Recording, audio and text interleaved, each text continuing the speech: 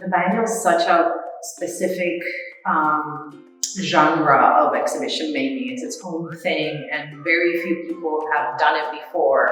So we are, I think, part of the initial conversations were, what is our loose methodology going to be for this? And one thing that we were both kind of on the same page from the get-go was this desire to just talk to artists, to talk to as many artists as we could, artists who we were very curious about, but maybe we hadn't had the chance to do studio visits with before. And yeah, we embarked, we started August 2024 to do these studio visits, and we've been on a marathon.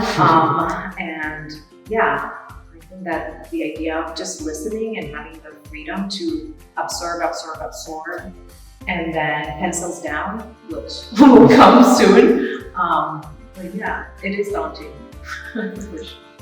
It's very daunting, and I think the biennial's really changed over the course of the last several decades, and as the Whitney has too, moving downtown now 10 years ago. It's a much more national and international museum than it used to be. So I think the biennial used to, not that it was easier, straightforward, but I think the art world was much smaller and it was more New York centric. And I think even previous biennials, but I think we're really leaning into, we've mostly been traveling over the last 5 months. So rather than we've kind of been avoiding in some way doing too many studio visits in New York. And we've mostly been on the road about 2 trips a month on average. And our first trip was to Puerto Rico in August, which was my first time to Puerto Rico to San Juan.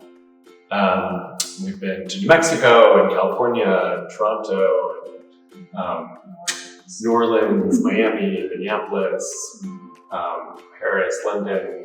Yeah, we have many more trips coming up.